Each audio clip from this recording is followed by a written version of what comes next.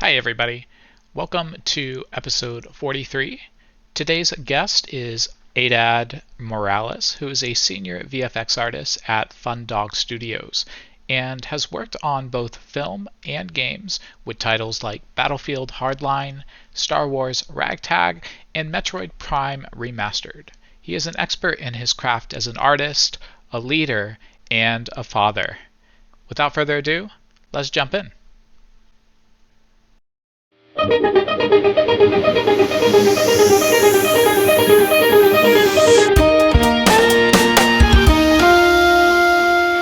Welcome to the Real-Time Visual Effects Podcast, the place to hear from some of the video game industry's most seasoned artists and up your game. Listen in on how you can learn and grow as a VFX artist, discover your own wizard, and network with hundreds of other talented magicians in the real-time visual effects community. Here is your host, Travis McCallum.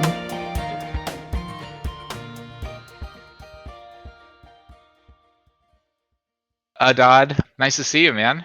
Awesome. Nice to meet you, Travis. Glad to be here. I'm glad to have you. You're in Austin, Texas right now, right? I am. How's the weather over there down south?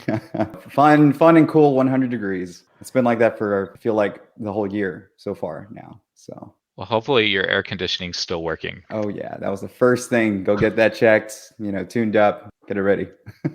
Rock on, man. Hey, so we're here to bring you in to talk about your visual effects journey. And you've worked on some pretty amazing stuff. You've done Battlefield 5. We've worked on the remaster of Metroid Prime.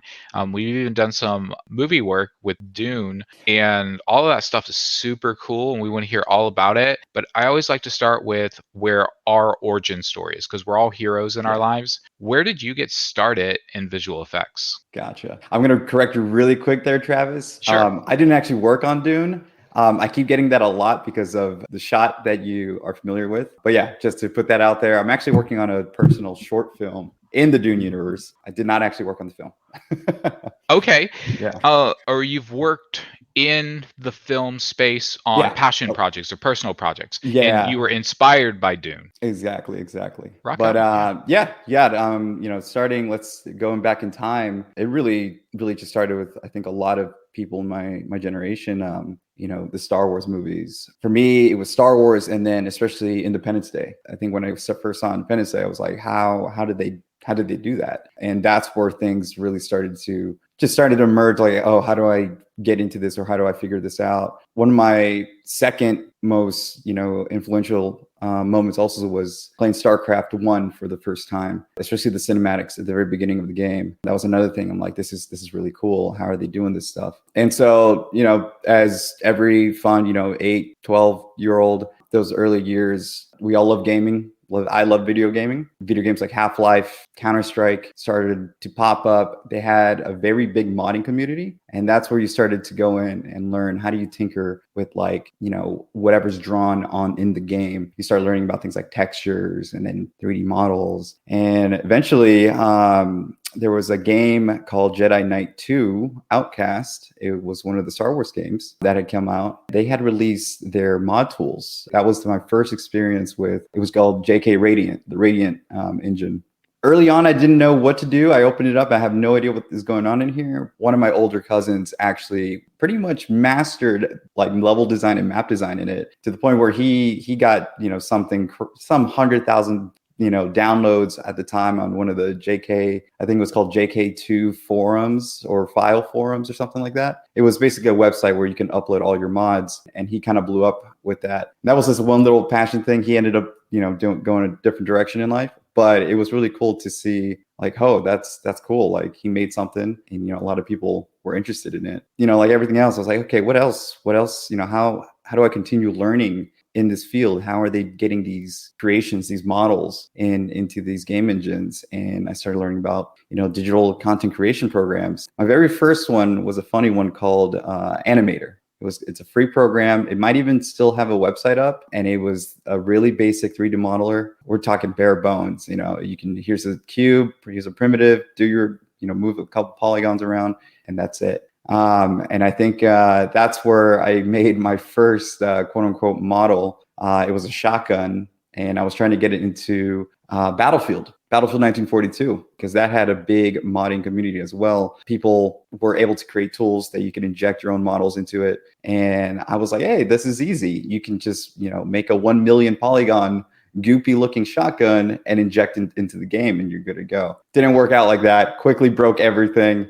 Had to learn the hard way about, you can't just put in 1 million polygons into the game like you can today, right? So eventually that's where I started doing a lot of, reading and maybe a little bit of tutorials on like 3D Total. That used to be one of the big sites. That's kind of where everything started snowballing. And I'm really lucky, my dad was really supportive of it, helped me upgrade my computer whenever I needed it in order to either run some of the software or even just try out some of the new games to see what they're doing in there. And then eventually, kind of just kept that passion going. On the Battlefield side of things, back in 1942 days, I joined a small Halo Homefront mod team. It was a total conversion of creating, injecting models into the Battlefield game that made them look like Halo. We had Halo characters running around, Warhogs, and even some levels just that were mimicking like New Mombasa from the Halo series. The modding community has been really the big influence, really getting and learning and wanting to continue learning how to do this art form. But eventually I was like, okay, how do I do this professionally? Looked up online, found Gnomon, School of Visual Effects down in Los Angeles. And that's it. The rest was history. I got to go there. I got to learn all the ropes. Now, Gnomon it kind of still is at the time, was primarily film. Me going there, I started wanting to do film things. So that was my goal at first. Was this what you decided right out of high school? I'm going to go into this. Yep. Or did you have a gap year? How did that all work? I knew exactly, yes, this is what I want to do. Right after high school, I actually did attend a summer session at Academy of Art. The only problem is Academy of Art was really more 2D animated oriented. And I was like, this is not exactly what I want to do. And so again, that's where I had to go look online, and find out where are these, where's the 3D schools? Gnomon was the one that popped up. It was right there in California. I was living in Sacramento at the time. And I was like, okay, it's still in state. It was going to be my first time away from home type thing. So that's where my parents were comfortable. Like, okay, go to LA. That's it. We kind of did a little research down there. We also had some family friends down there. So, they were comfortable with me going out to LA by myself. Being in a formal academic institution, often we are exposed to kind of more of a generalist field where you get to touch a little bit on everything. I imagine that was partly your experience, and that's where you first really touched visual effects and you gravitated toward it. Is that what ended up happening? Yeah, definitely. That's definitely what they start with you at Gnomon. They have you try everything out. Funny enough, I actually, when I got there, again, how do I do VFX, be inspired by film? That was a very broad, like, okay, what do you want to do in the film? And I was kind of all over the place. I was like, I want to do that. How did they make the ship, in the film? How did they make it move? How do they explode it? All that. But Gnomon, I quickly that's where you quickly learn like, there's different departments and you get specialized in things. For a minute, I fell in love with matte painting, actually. And I was like, this is really cool. I think I like this more than any other department. One thing I quickly started learning is there's always someone better than you out there. And that market was completely saturated. And of course, everyone wanted to be kind of like a side, next to that, the concept artists who can also do matte painting. I'm like, that's really cool. I want to create worlds. And then I quickly realized, okay, no, this is A, I wasn't really good at it. And B, it's just completely saturated. So it's like, okay,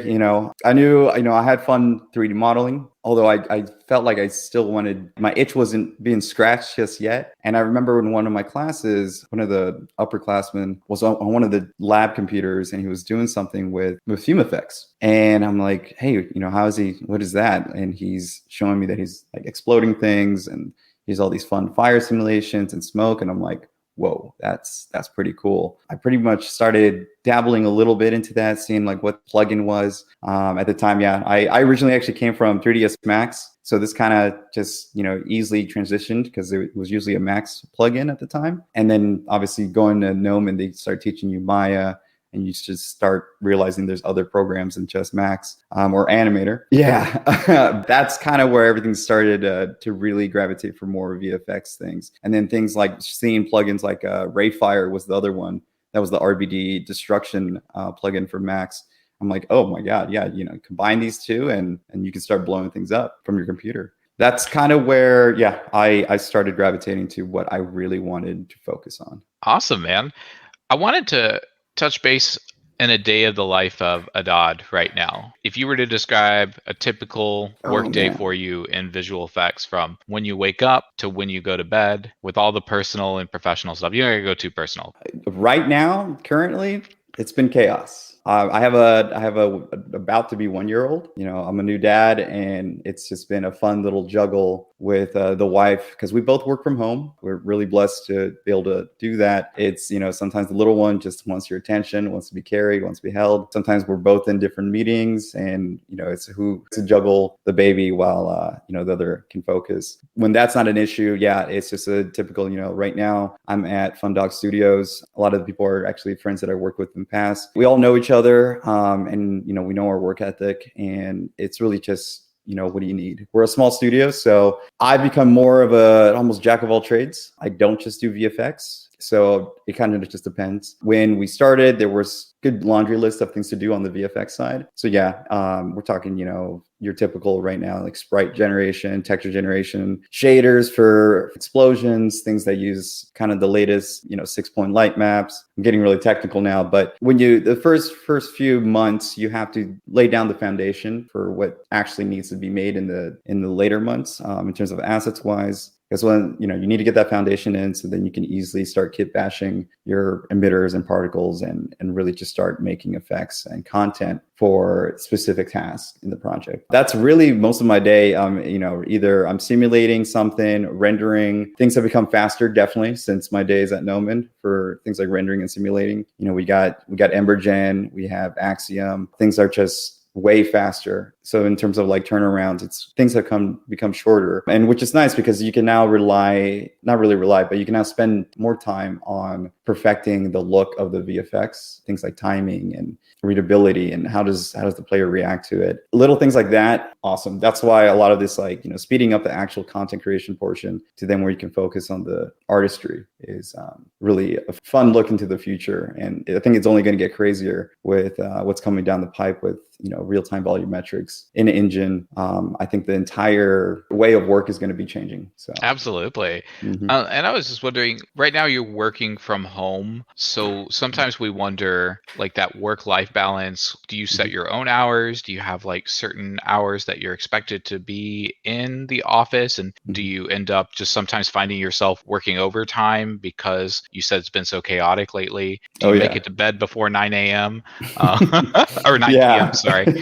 It shifts daily. Right now, especially since the team is all over the planet, we have time zones that we have to worry about. Sometimes I got to be on earlier or I got to stay on later, depending on the meetings. Recently, it's definitely been more almost helping the wife with the baby in the mornings. And I will probably start working around noon and then go. Sometimes I've been, up till like 1 or 2 in the morning. Now, is that because I have to? It's more so I don't mind the work again because I'm having fun doing it. So yeah, it's just the life balance there is, and again, because it shifts, some days, I'll go into, 1 to 2 in the morning, but then the next day, maybe, I'll cut it off at 7 p.m. And, just so I can regain, either just sleep or just to focus my mind back on family, really. That's kind of the benefit right now of remote. It's just, being able to adjust. I'm lucky enough to quote unquote work my own hours. It's the reality is, if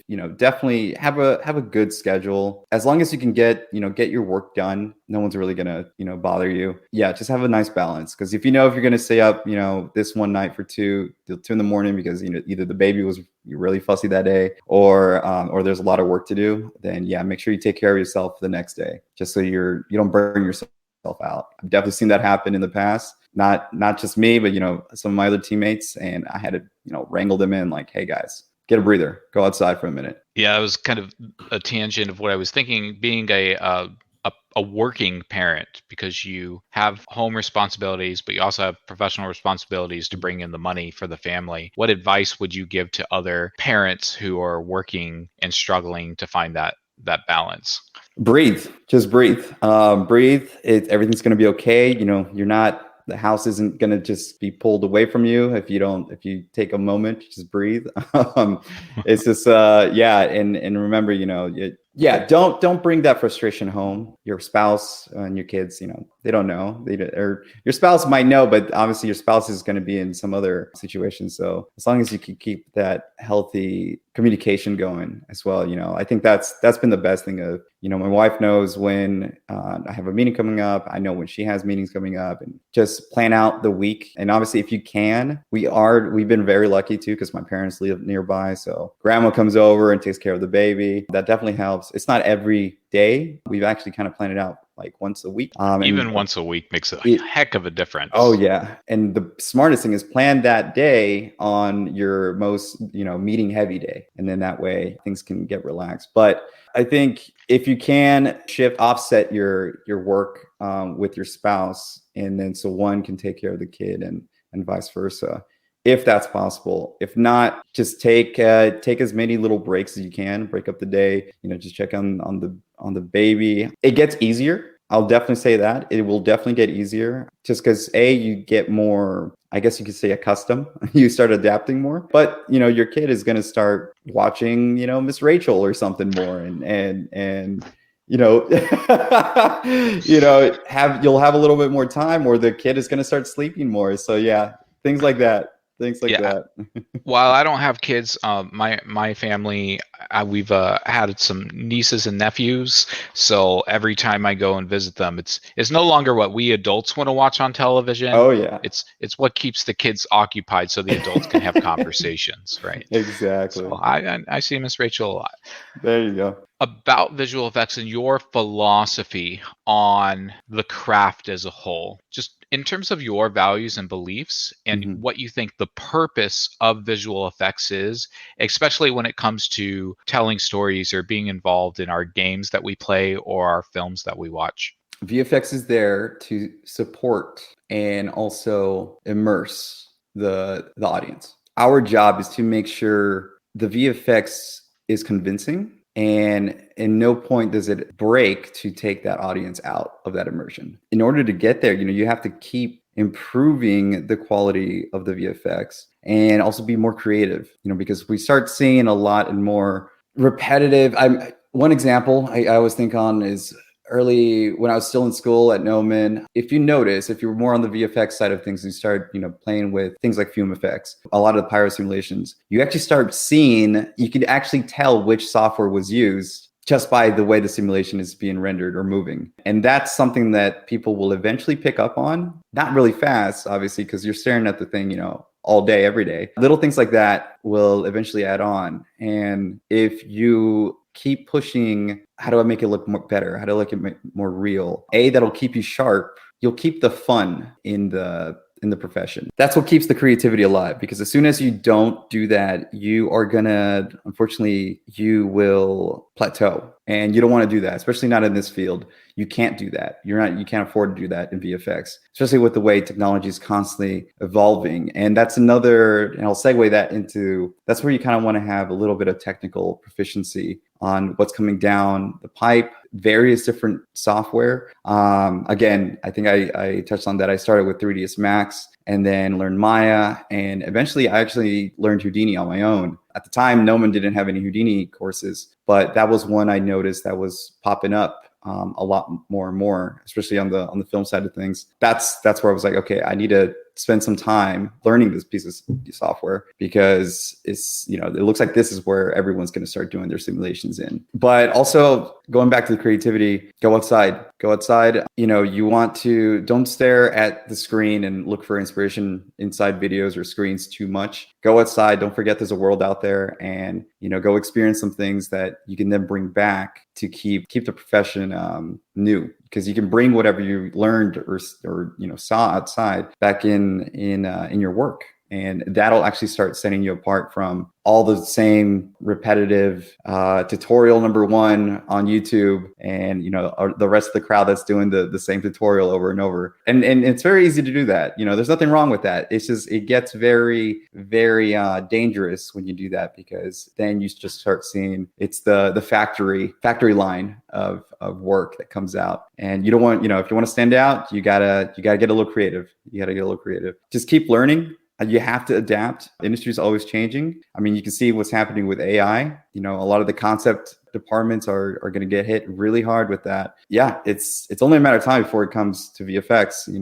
We're seeing things where simulations are now being run through AI in a really fast paced way, to the point where there a lot of those heavier sims that you see that you think you can't really push in things like Embergen, just because Embergen's already GPU and it's fast enough. It's going to get to the point where you're pushing billions and billions of these things through AI, and it's just going to render out this image. And again, how are you going to set yourself apart when everyone else can do that? That's something that goes back to, again, keep the VFX is there to supplement the story and engage the audience, and then keep them immersed. And as long as you keep changing it and making it different to where you can trick the audience into believing that it's real, then you got it. You're good to go. So absolutely. Immersion is a key component of visual effects. Without it in a game, it's hard for us as players to be able to live in the worlds that are created by our world designers.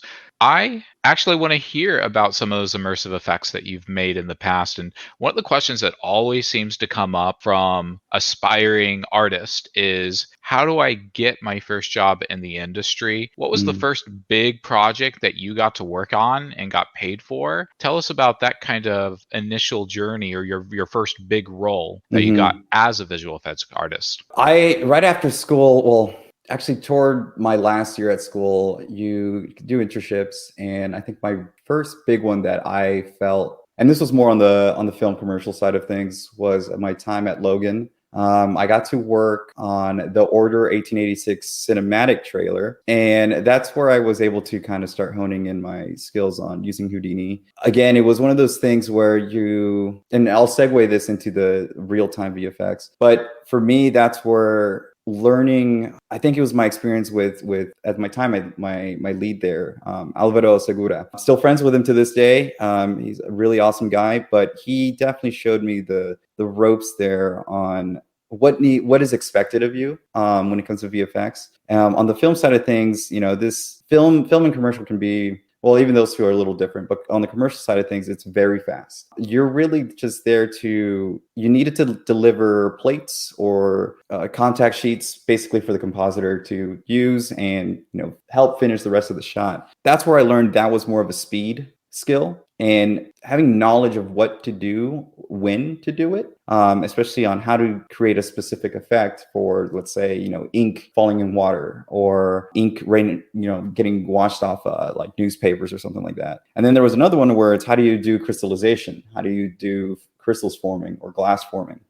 So it was one of those moments where I learned, a lot of this is more your goodie bag, your little bag of tricks. And having that goodie bag, you need to start collecting that over time. And then you're able to more or less have an idea on how to do any shot down the road. So it's always, asking questions, how do you do it? And when you start, a lot of the time you're going to get help, because, it's not an easy thing to just ask someone brand new, hey, can you go make crystal, a crystallization of glass or something? They don't expect you to just know. So don't worry. When it came to real time, that actually was more so me learning on my own, just understanding. And this one was a fun little one, because I had to learn about real time and how engines, draw effects, basically.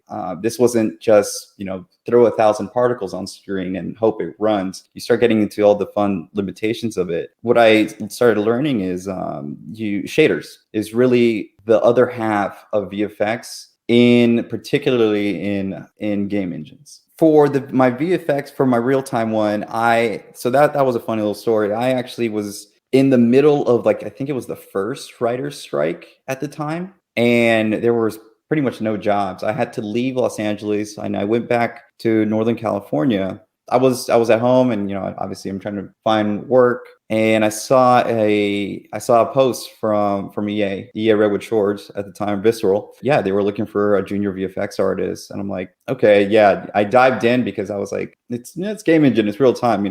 How is this? It can't be too hard. I did some quick online tutorials, really, just to see what was going on. I think at the time E3D was some of them that had some VFX tutorials on. I think they still had DVDs back then. Yeah.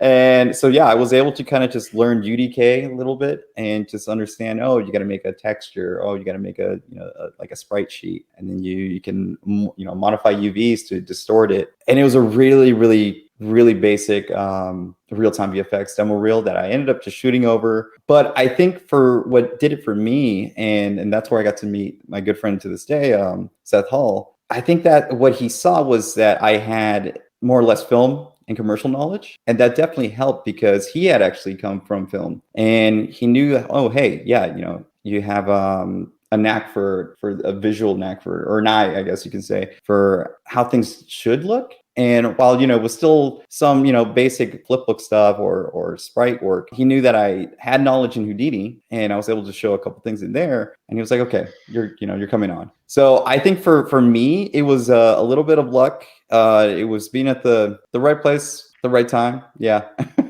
And I guess you could say at the wrong time during the writer's strike, because then that actually forced me to go back home. Yeah, I think a little bit of luck and just putting yourself out there. I guess the way I think of luck, it is what we call preparation meeting opportunity. So you were prepared. You did everything that you could to get the job. You put in the work of learning, showing that willingness to learn. And just like you said with your philosophy earlier, we've constantly got to be adapting. And since you took it upon yourself to go do those tutorials and to create some kind of product, even if it wasn't perfect, at least it was something for people to see. You were right. Absolutely. You had a related skill in the world of film, while not direct one for one, still was adjacent and had similarities to what was going on in games. So that made a difference. Now, if you would come to them, oh, I'm a banker, I know all about finance, and I can talk to you about brokerage accounts. Well, that's not exactly, relatable to what's going on in the job you were applying for. Right. So that part right there, the preparation helped you so much, and you saw the opportunity and you took it. And you take a risk, what's the worst that can happen? They say no, right? They say no. And then you move on to the next one, right?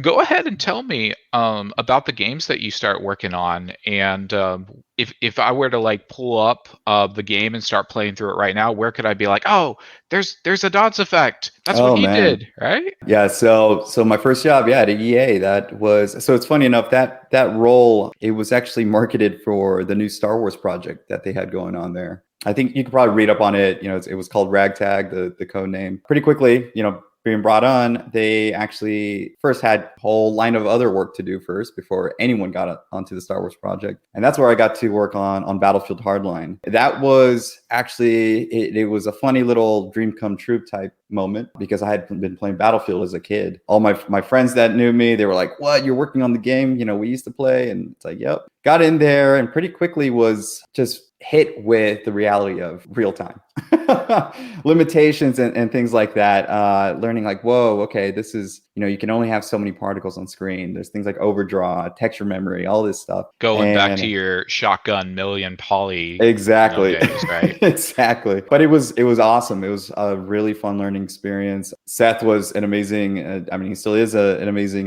lead to this day. And I had a blast. He's a really good teacher, really got to know him. And we kind of really started collaborating more because he knew I had dabbled in Houdini more. And a little closer into toward the end of Hardline and DLC, that's where I was able to kind of really whip out my guns really and show them, hey, they were doing a lot of Levolution, and they were actually outsourcing a lot of Levolution to a VFX studio called ILP, or Important Looking Pirates. And at the time I was like, hey, I know how to do this. So, I could take this over. At the time I was like, I don't know, maybe this saves this studio money. So that's something I was like, cool, yeah, I can help with that. And I quickly was able to, just get a lot of different Levolution events in our DLCs. If you play a lot of the Hardline DLC, a lot of Levolution moments are there. There's like a whole wooden bridge in a forest, one of our forest maps exploding. I think I helped set up, there's a level with, I think it was our museum where one of the T-Rex bones starts falling apart.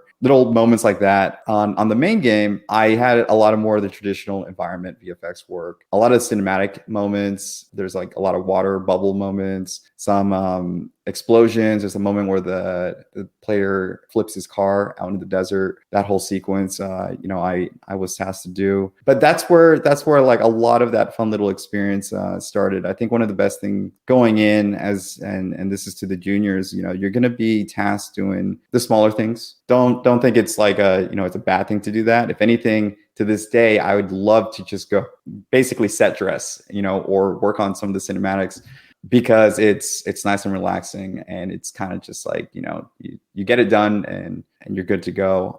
It's a quick turnaround and just reward validation when you're just like, okay. I got a question Yeah. around that idea of set dressing. And maybe it's different when you're in a small studio versus a big studio. As visual effects artists, we're often creating the effect itself, whether it's through the shader, the modeling, or the particle system.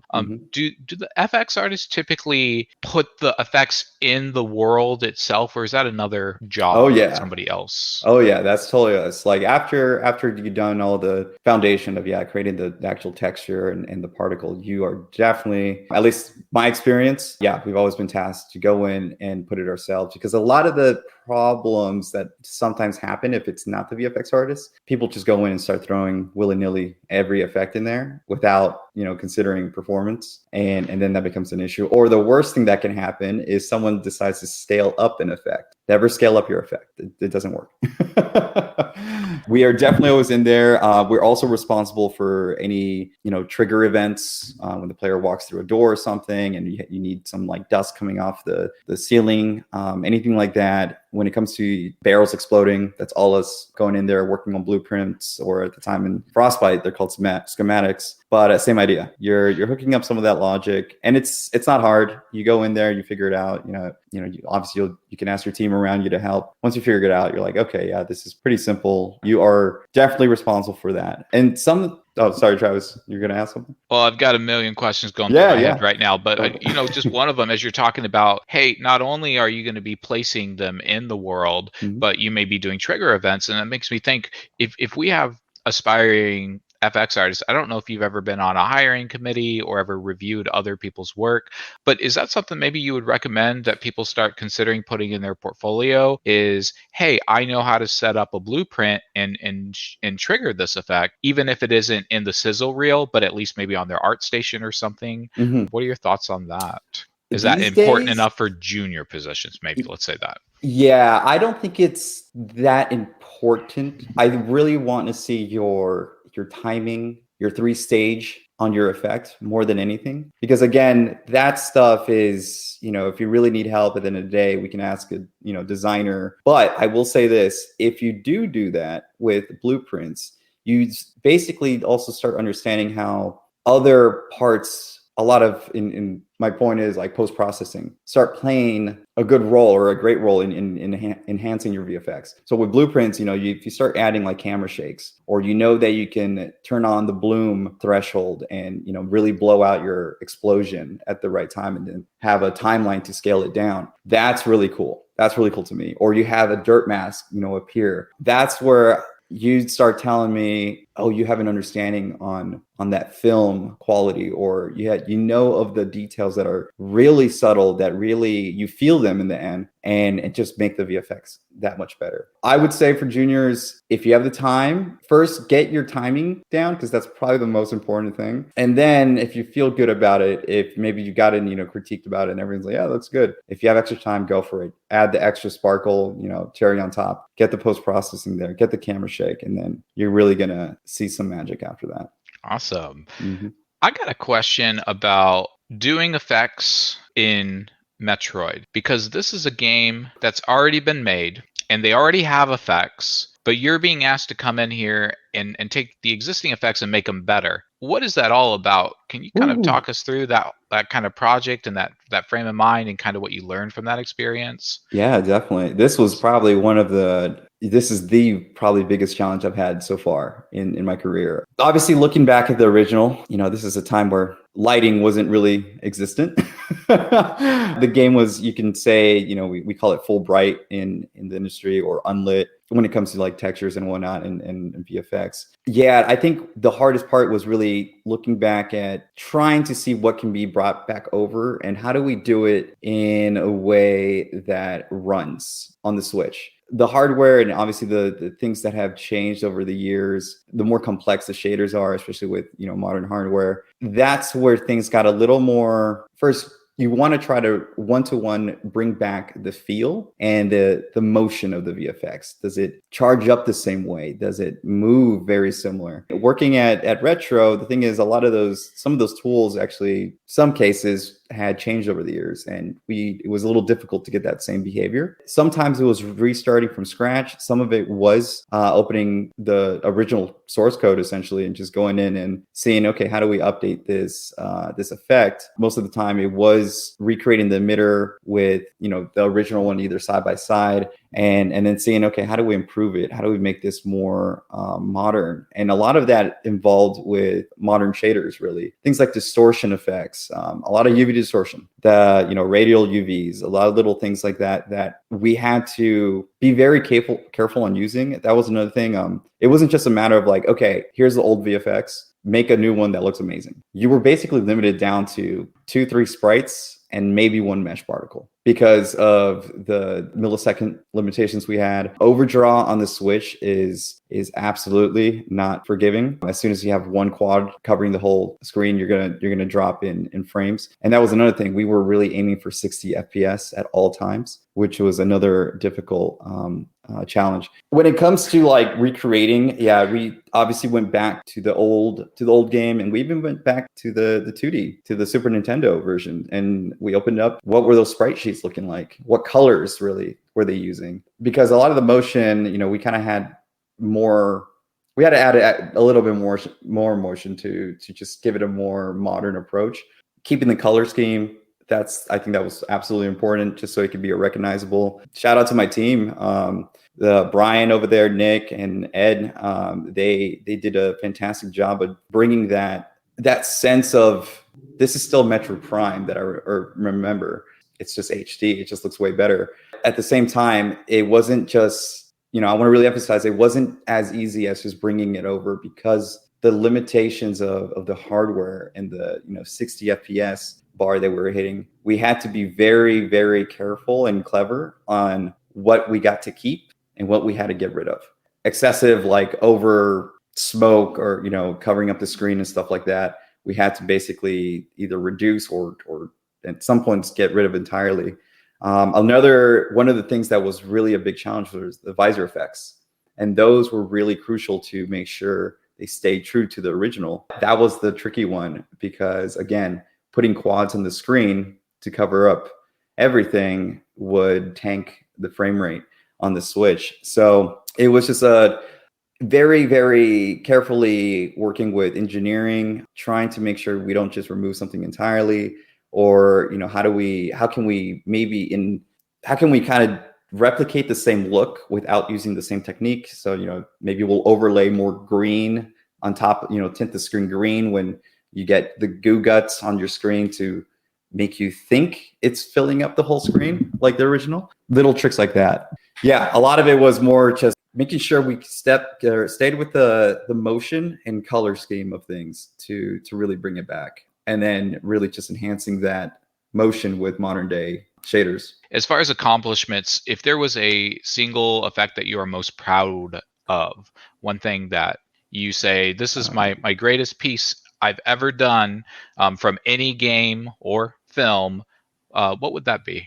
Unfortunately, the ones I really, really loved, I can't show because they were for projects that had unfortunately gone. They were canceled. Ragtag had some really awesome work for the time. My lead Seth Hall and I, we worked together. We even had Keith Garrett with us there for a little bit, and we were doing some of the really early on, 6-point lighting on pyro explosions. And there was a little thing I did where I had a TIE fighter crash into Tatooine, and it would just leave this crazy amount of fire plume going. If there was something I can pick today that I had released, most recently I've been, and you could actually go start checking out, you can check out my blog for this. Part of my short film that I'm working on set in the Dune universe, building an actual almost recreation of Wadi Rum. That's where I'm like, okay, I had a really good feeling about it when I kind of nailed it. I have a short clip in there. The idea is to, start using that as a set extension for the short film. And it's an accomplishment that I felt was it was a more personal one because I had been doing that on my own time. And it was one of those things where I was like, oh, wow, okay, this is something I feel that if I, eventually, if short film, if I've completed in time, if I get it out, it'll accomplish that idea of invisible VFX, where you can't tell that it's, a 3D model. And it's like, okay, that looks real.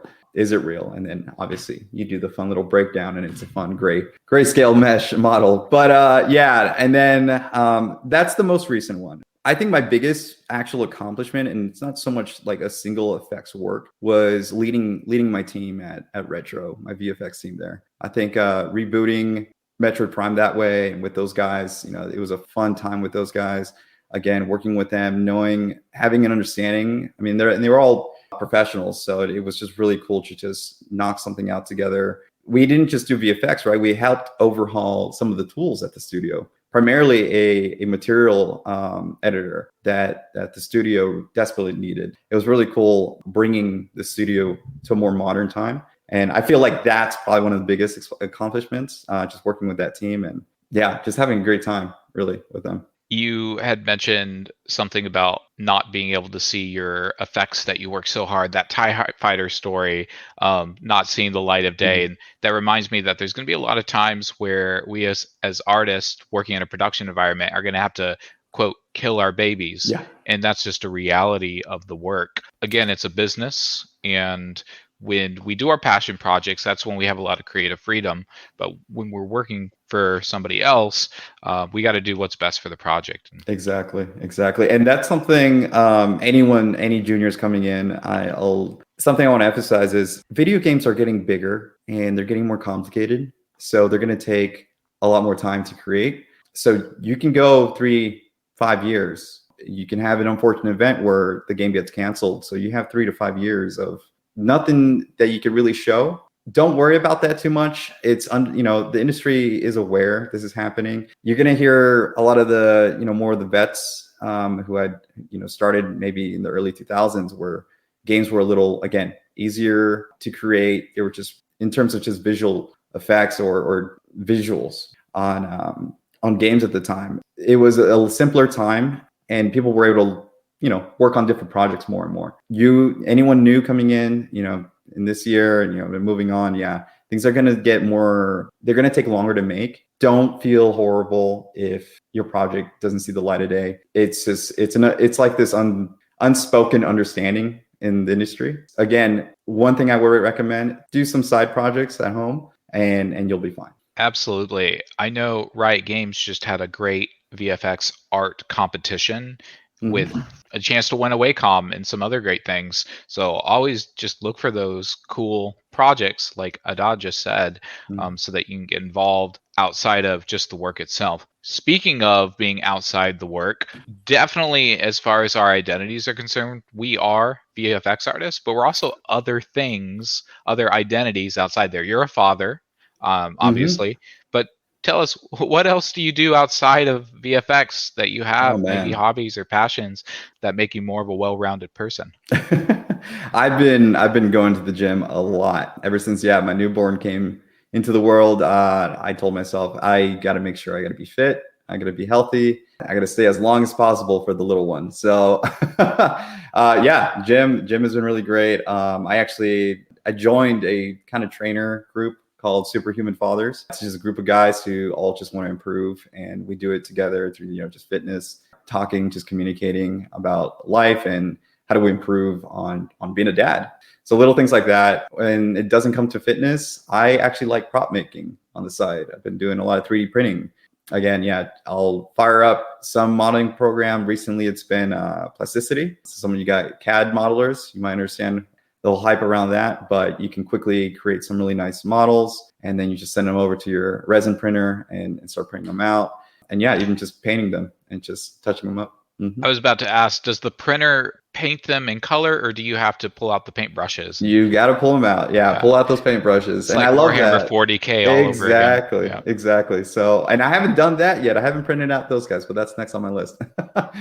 But and it's just cool because while you're painting, you kind of get into that, material artist realm where you start learning layering, and then you start seeing how it connects to real time. And then there's something about kinesthetic, like actually doing tactile things with your hands, that has such a profound effect connecting with that. So that's really cool to hear. Exactly. Yeah.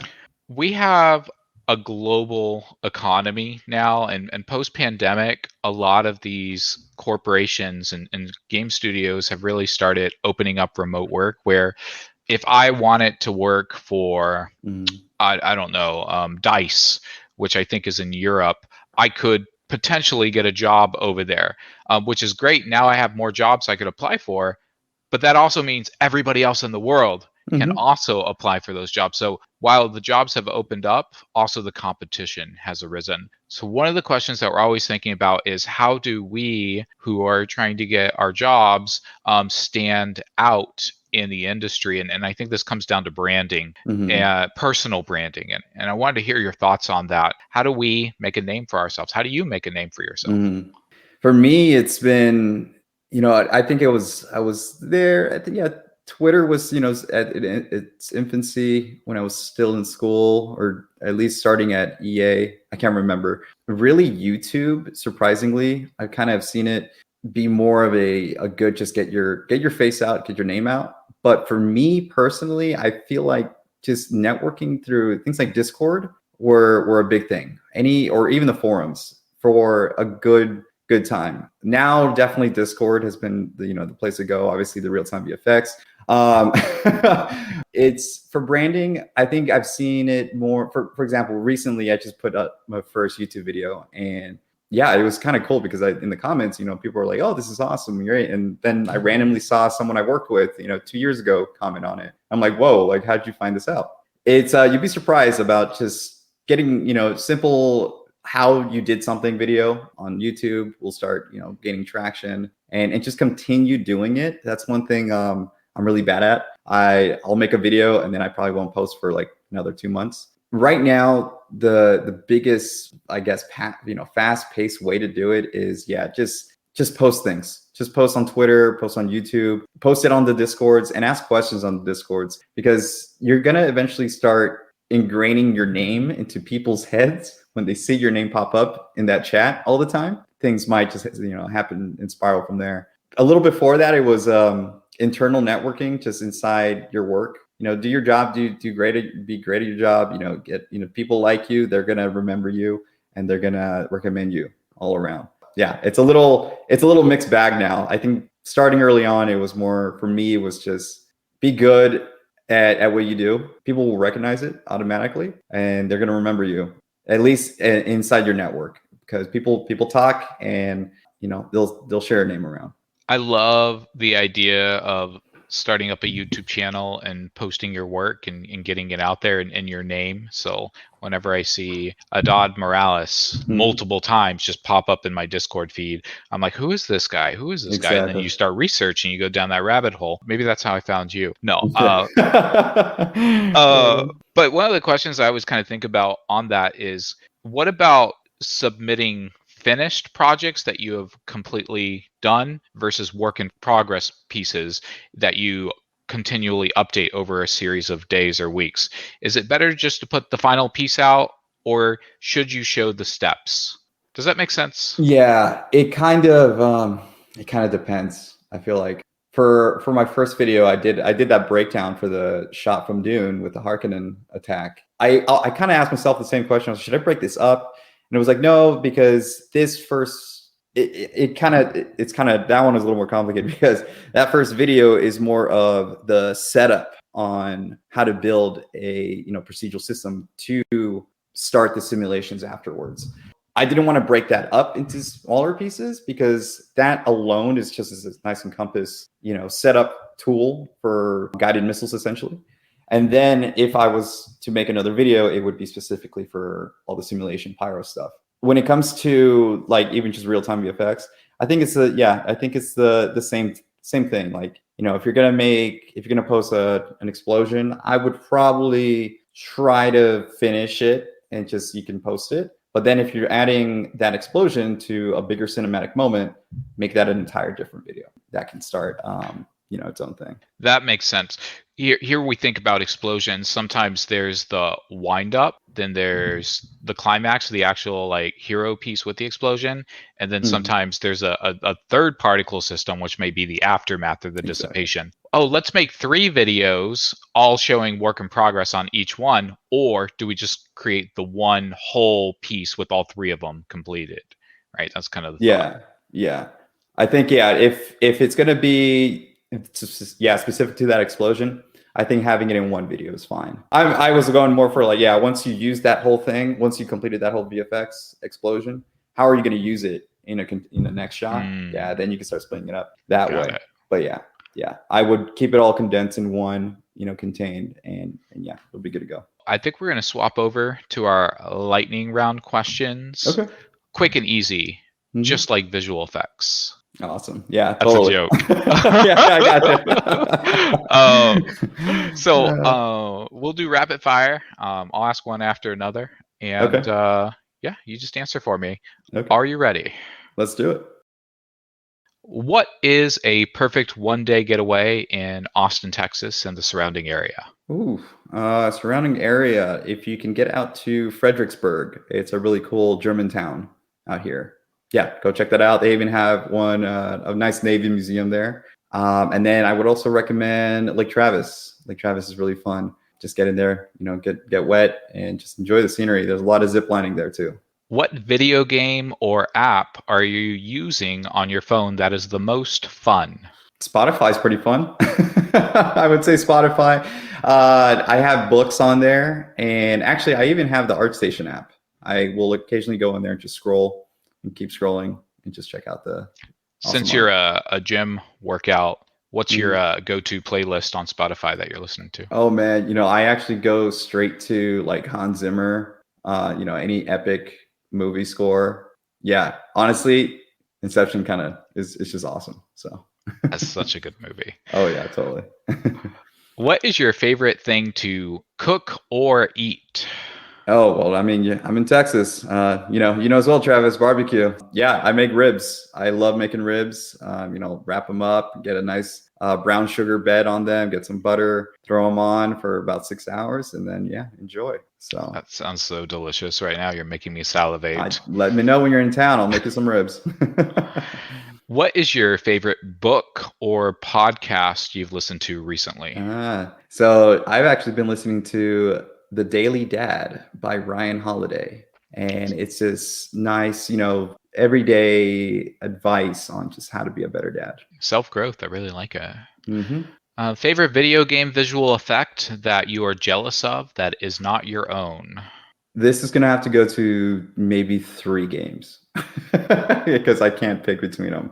Control, Evolve, a lot of Justin Cherry's work is really awesome. I hope I can meet him one day. And then The Order, 1886. Shout out to Brian Merrill. His work and his team was, really awesome. To this day, I still fire up at some of those gameplays, and I'm like, that looks awesome still. Best advice for a first-time visual effects artist or people looking to get into the industry? Whatever you like, go for it, run with it, figure it out. Figure out how to do it.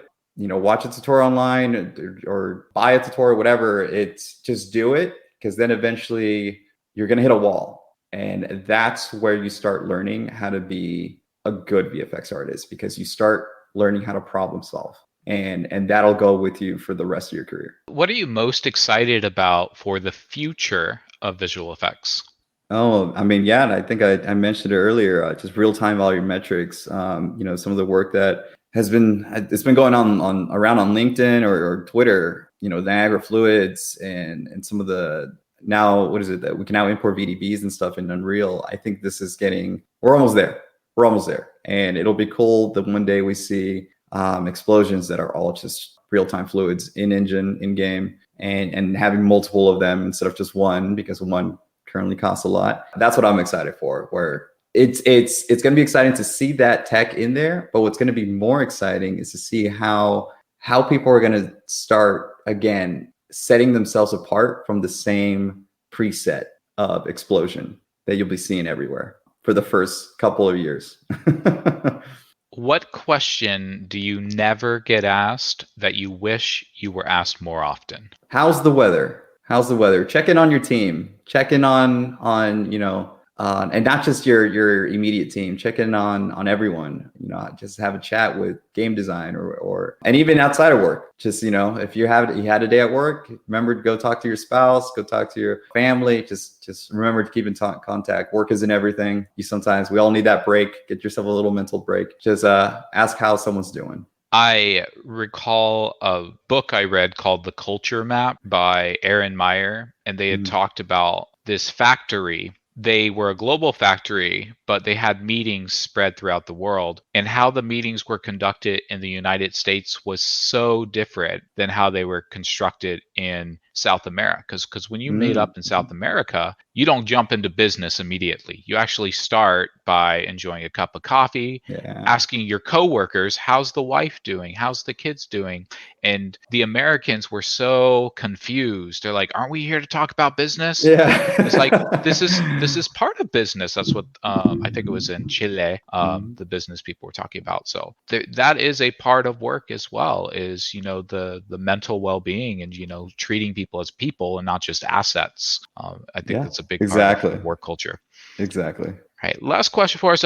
Just any thoughts or things you want to plug? Any projects that you're doing? Any socials that you want people to go connect with you on? I'm on Twitter under the Mighty Adad, but I'll be sharing that with you, Travis. So look at it on Travis's site. Honestly, just go out and do it, guys. Go out and do it. Don't wait. And one thing important to stay on target. Really easy to get distracted with wanting to do multiple things. Do one thing. I still suffer from this to this day. I'll get distracted and I'll want to go do something else. And, oh, hey, that explosion looks cool. I want to go do that. Okay, wait, I want to go model that because that looks cool. Stay on target because the payoff on finishing a project it's awesome. It's infinitely awesome. And once you do that, then, you can search for that payoff again with another focus. But if you're all over the place, it's going to take you a long time to finish all those projects. Go for it, do it, and get stuck. Well, thank you so much for joining us today. Really appreciate your time, Adad. Awesome. Thank you. Hey, everybody. Thanks again for listening to this amazing episode with Adad Morales. Just like his username is the Mighty Adad. You can find him on Twitter, Instagram, and so forth. I'll keep a link to his profile on the show notes. Just a reminder of some of our conversation today. The industry is in a little bit of a rough spot with all these layoffs happening in January and February and March. But don't lose hope. Keep churning out new work. Even if you feel like you're secure at a job right now, have personal projects going and just continue to work on your craft. You are amazing, and we are so blessed to be able to connect. Send me a like, and see you in the next episode. Bye.